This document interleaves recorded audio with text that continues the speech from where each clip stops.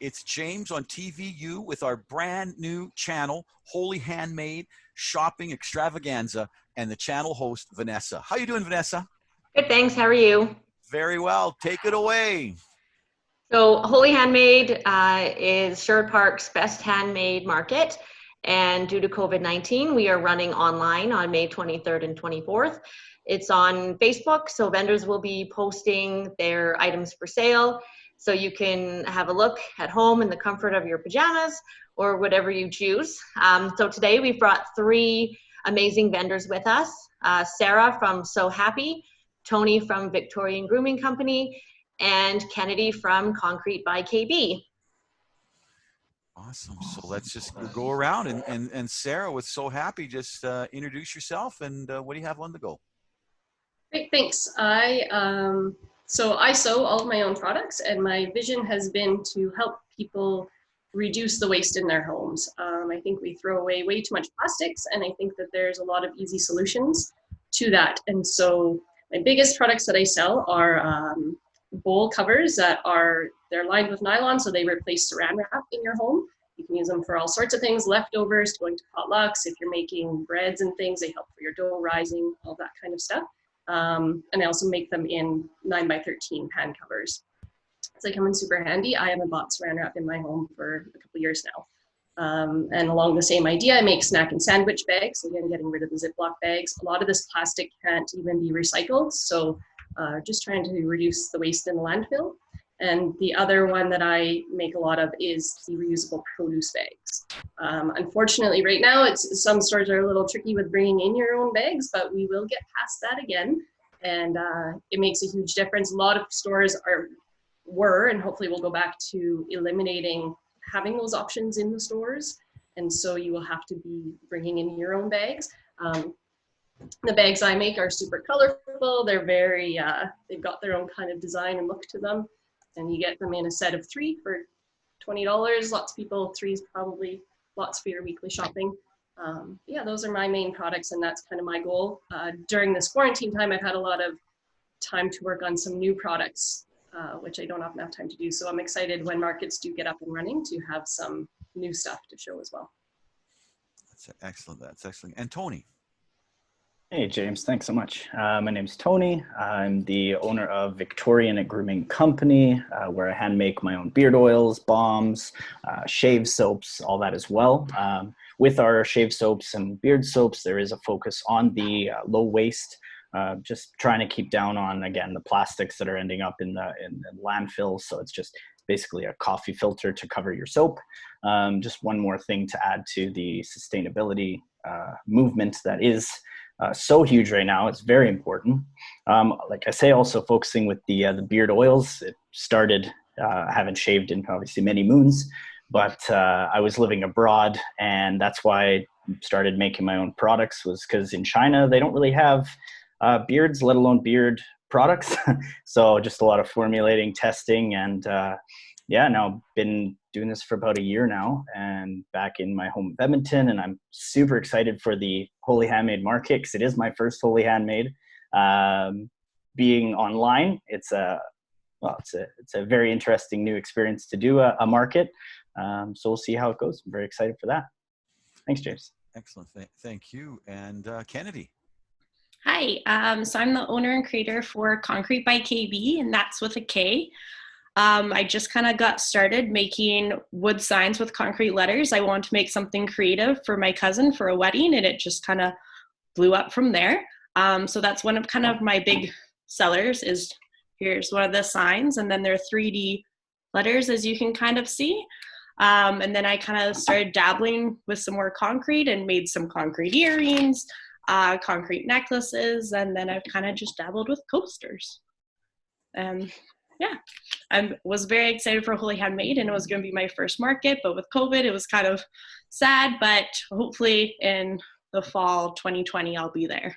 Yes, that's good. Now, so basically, you guys now have your own online channel, so you got all your opportunity to do video, as much video and whatever you want to put up can go up. Your links are there. What was shared with me is your Facebook pages.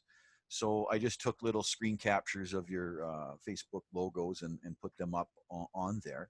But certainly, you know, I'm open to any other graphic. I like the squares that are there because as we add more and more people, but any sort of graphic that would fit in that size, you know, there's places to upload on the site, and you can anything. So we serve off of Vimeo and YouTube. So anything that you would have with a video, you can load there, and you can upload any graphics. And I will add your channel to the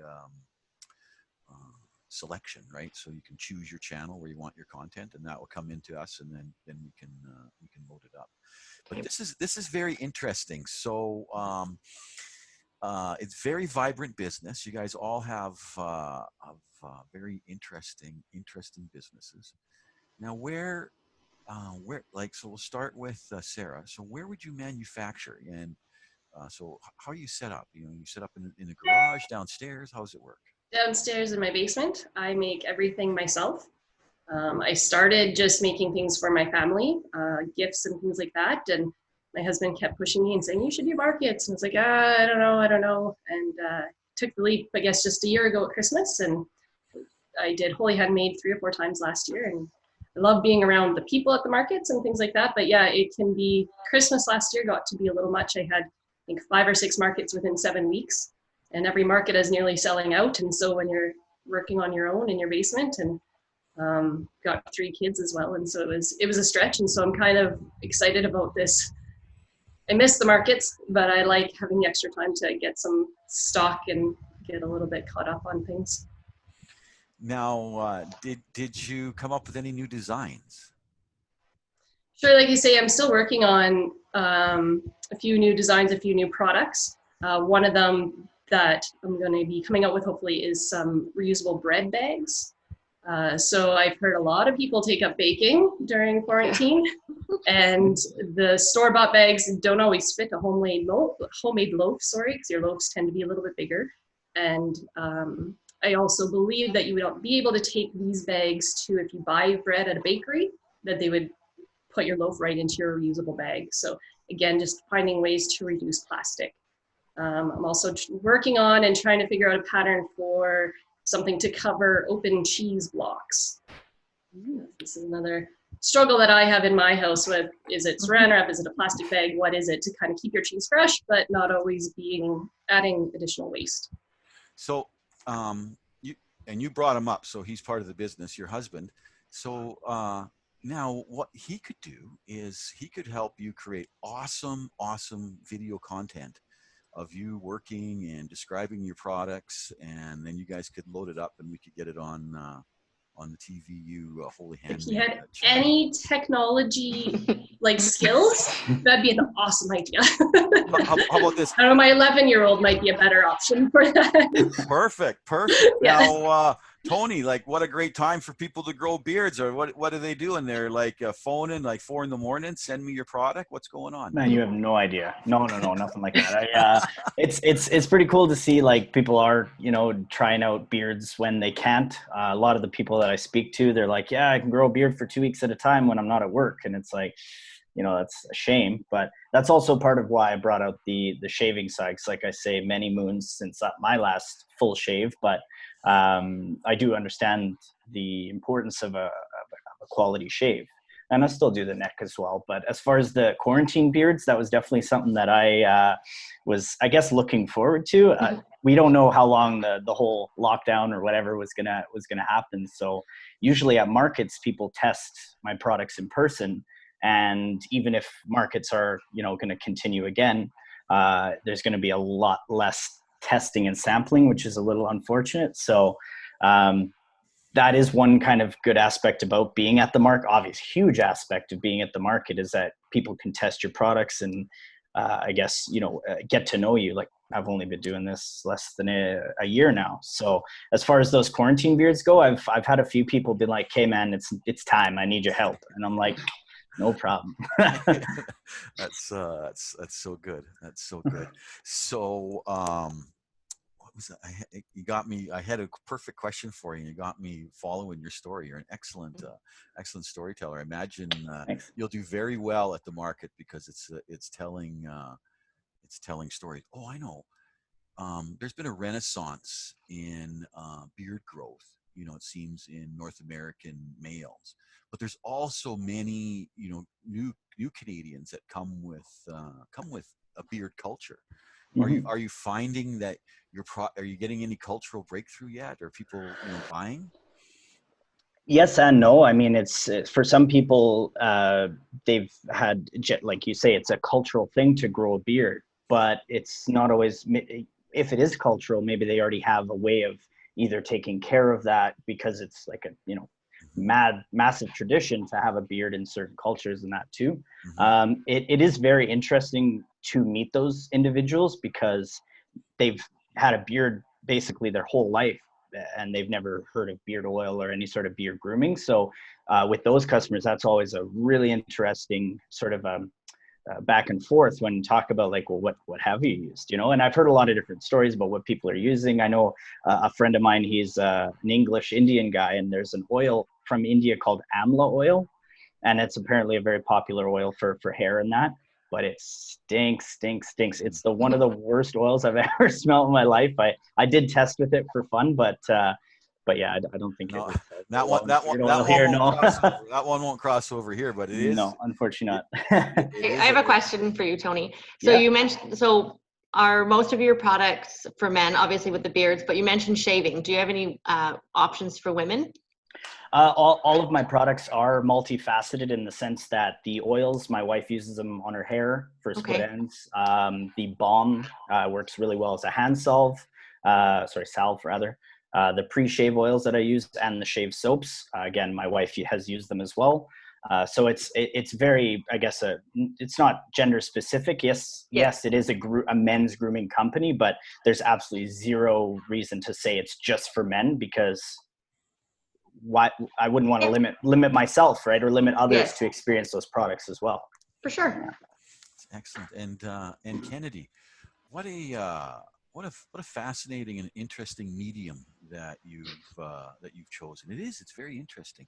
Tell us about your business. Well, like I said, it kind of just started by I just wanted to make something creative. I really like to make like DIY projects for gifts, and so I was just walking. I had a lot of concrete in our garage from home renos, and so I was just kind of walking around Michael's, and I was like, "Oh, these chocolate molds might be really cool if I pour concrete in them." And then just came up with the idea and did her first dance song, and then people saw it at the wedding and just kind of went in awe and said, "You should open up shop." And I'm like, all right, maybe I will. So I did, and it's been pretty cool. It's a messy product to work with, that's for sure. But and I work all over the place because our basement is gutted. We're renovating that, so it's like all over my main floor in the garage. My husband does make the signs, like the frames and the backings, and does the paintwork, and then I just do the concrete part. What a great story that you got everybody involved, and what the medium is very it's very current that we have such a huge use of concrete as a structural material and as a foundational material. Show me that coaster again. That was interesting. Yeah. And the that one was Okay. the sign, the coaster. Oh, the coaster. Sorry, the coaster. I wanted to Yes, the coaster. It's just kind of like a design I bought on Etsy, the mold, and then yeah, and they're actually like lightweight. Everyone asks me how heavy the earrings are, and they're very lightweight because it's a very small amount of concrete. Yes, yes. Now Yeah, that the art that you have on the coaster, it's an interesting. yeah. Why did you pick that? That's Well, because when I'm looking on Etsy to see kind of what other people are making with concrete, yeah. there's a lot of like the plain coasters that are just flat and hand painted. And so I just kind of wanted to do something a little bit different instead of having the same thing up on Etsy. And so I found these molds with this pattern and I was like, hey, these are kind of cool. So I went for it. And you got some traction. And the Yeah. reason I asked about the concrete, I didn't want to, because who knows, you could have had like a grandfather was like you know, one of the main guys at Lafarge Concrete or something. I didn't want to offend, you know, an ancient concrete family, but No, you it was had it, just yeah. Well, you know, I don't know, right? So yeah. your last name's Bowman, you know, Scotty Bowman. He's from Montreal. You know what I mean? You don't know. You could be one of the True. Lafarge True. people. So, but you had an extra bag from a reno. That's such a Yeah, because we did this brick wall behind us in our house, and we had a whole bunch, like we bought clearly too much for the brick wall. And so I just kind of dabbled with it and then I tried out a bunch of different concretes and found which one worked best for jewelry and which worked best for the letters. Yeah, Do you have so different shapes of coasters? I just right now have the circle ones. Okay. I was doing squares, but they had a little ledge like thing that I just wasn't loving. this wasn't loving. Yeah. Right? Well, you know what? It's art, right? So it's Yeah. there. So you know what? I'm happy. Are you guys happy? Do you have anything else that you'd like to see? How was the experience? Was it good? Do you think you got your message out? Yeah. I think I didn't know what to expect, but Actually, same. Yeah, I feel the same way. I wasn't sure what to expect or anything, but I think this is an awesome idea. So many people are pivoting to take everything online because I was doing like weekly markets, and then all of a sudden it was like non-essentials can't go, and I wasn't going to certain markets before, just flatten the curve, all this and that. This is at the end of March, and then I think it was maybe mid-April or something. They were like, non-essentials can't go to markets. So I was like, what am I going to do? So I, upgraded my website and it was actually good timing because we were moving as well. So I had to uproot my entire office and workshop and everything and move it somewhere else. So I guess, silver lining in that regard, but the online has been such a huge, like, it's almost been like a crazy change. I don't know. I can't really put it into words just compared to, it's good to see how the markets are also transferring online. Very cool.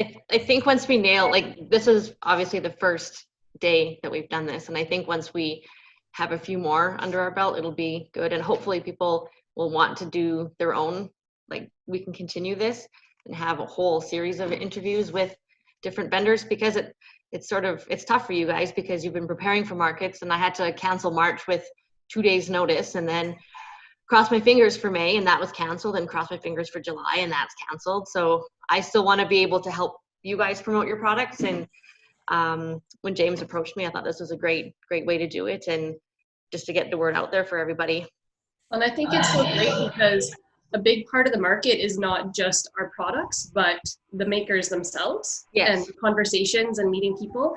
I struggle online myself because at markets, people like to touch things and they like to have the conversation. They maybe don't understand sizing or purposes and things like that. And so to be able to have somewhat of a conversation is a game changer, because if they don't talk to you, you don't get the same kind of response from people. Yeah, and it's nice too that they might see your product and then down the road realize, oh, there was someone at the market, but I don't remember her name. So at least if we have something like this that stays online and that we can refer back to, I think it's a good idea too. Yeah, and it attaches names and faces to products as well, right? As opposed to just like your company name, which people might forget.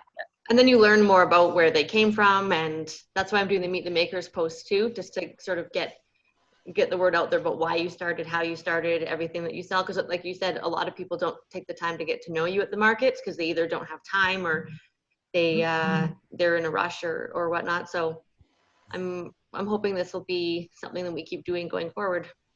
And I think that the Meet the Maker that you're doing on Facebook still has. Dog out, buddy. You have to have Facebook presence for sure, but certainly something that you could evolve into a Zoom kind of interview, right? For now, and eventually live interview. It's not like you guys have your whole what you have at the market set up at your house, right? So it's not like you can turn your phone around and say, here's my display. It's not like you don't have your store set up. So that would be, if we go into extended, then you have to go there. We have to almost go like shopping channel, you know what I mean? And have live Zoom environments. We have a thing called video VOD, which will you can click off, and it's sophisticated though. It's bulky, right? So that's why we've gone with Zoom. But either way, that is the end of the first episode on the Holy Handmade Shopping Extravaganza channel on TVYOU with your host Vanessa. But Vanessa, your mic off. We can't hear you. Oh, it's on. It wasn't before, so we. Oh, okay. So wrap up your first episode. Say thank you to all your guests. Thanks for coming, and tell your friends. We'll have this channel ongoing, and yeah, thanks for trying us out on the inaugural episode. Excellent, excellent. And the rest of you, you can say goodbye one at a time if you'd like. Tony, start with you. All right. Thanks so much, guys. This is absolutely an awesome concept. You know, I completely agree. You know, it gives a chance because Vanessa, we've never met. We've only been typing over emails and this and that. And so it's really good to be able to meet not just yourself, but other makers as well, like Sarah and Kennedy. So it's very cool to do this. And I definitely think this should be an ongoing thing. Whether, like James was saying, you know, you can have a few products and just be like, yeah, check this out, you know, and because for a product you have to smell to kind of get into, it's really tough on the grooming side for sure. So, but these little things, they absolutely help, and I'm very excited. So thanks so much. Okay, sure. Kennedy? Yeah, thank you for having us, and thanks for setting this up, James and Vanessa. I thought this was really cool. I've never really been to a market, so I mean, this is just getting out there. I'm pretty new to the handmade business, but yeah, this was great, and it was great to meet you, Sarah and Tony, and I look forward to checking out your products. Awesome. Likewise. Yeah, thank you so much. I mean, I think they both said pretty much what I'm going to say. I think it's a great opportunity for makers who are kind of stuck at home and trying to find ways to be creative and get our products still out there, and you know, find our way until those markets open up again. So thank you so much for the idea and for having us. Create content, load us up. Thank you so kindly. Next time, bye-bye. Thank you. Bye. Bye-bye.